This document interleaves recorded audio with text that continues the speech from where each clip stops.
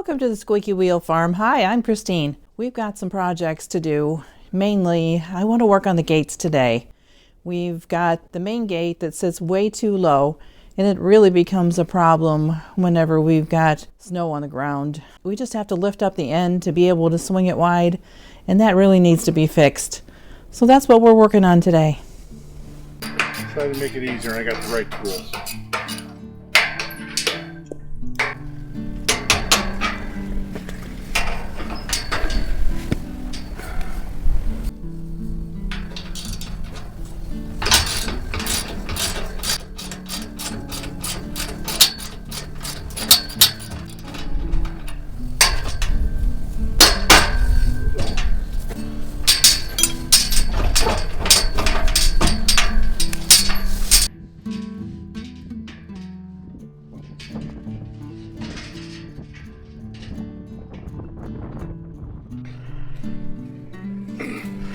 Now these are just threaded in. I have to do a pilot hole, but I'm going to put different ones in this time. I'm putting some in that go all the way through the post.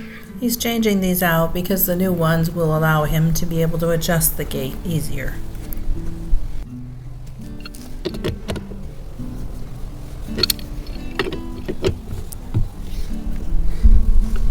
I don't know if you can see, that's bent, so something ran into this post in the gate.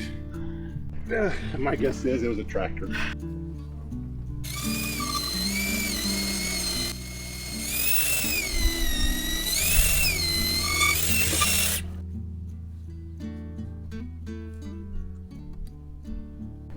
And these are set up where you got a nut on both sides, and then you got washers here. So just verify it fits. I'm threading these up so I can adjust the depth on these when they go through the post. And what I can do is I can set it on both sides and make the adjustment. So the way it's set up is I can move this bolt in and out, and that'll help me adjust the height of the levelness of the gate. So right now I'm just going to put in, it also allows me to fill in the gap on the other post a little bit easier. So right now they're just going to sit in there loosely.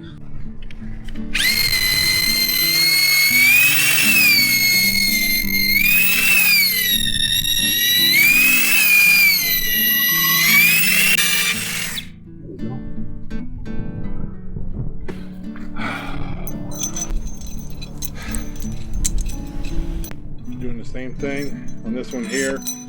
I'm not worried about them being correct right now. I'll adjust that once I get it into this here. There it goes.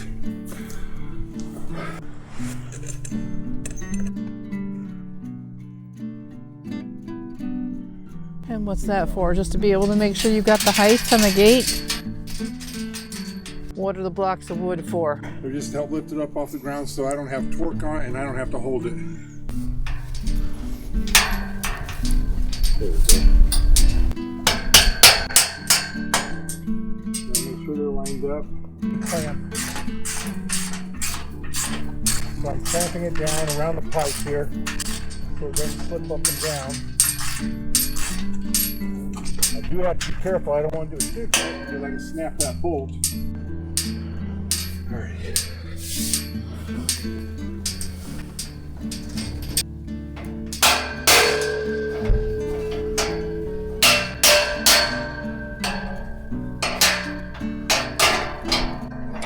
And all I did was I just beat it down just so it would fit into there.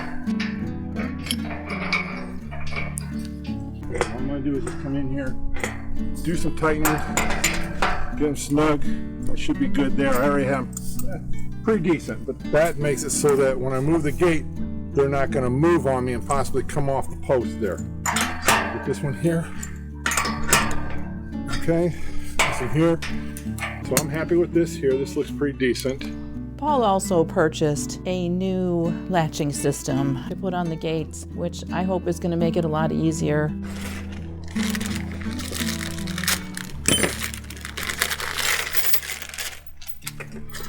So these are the chains that we were talking about. And I just thought how much easier it is. I don't have to worry about any spring mechanism that's going to freeze up on me. All I have to do is just drop this through at the place I want it, lock it in, and the weight will hold it in where I want it. So it works out really nice. Yep. Much better. That gave us the ground clearance that we needed. I'm very happy with that. I had this spring clip lock, and if I got dirt in it because it dropped, or if I got water in it and it froze, then it made it difficult to open.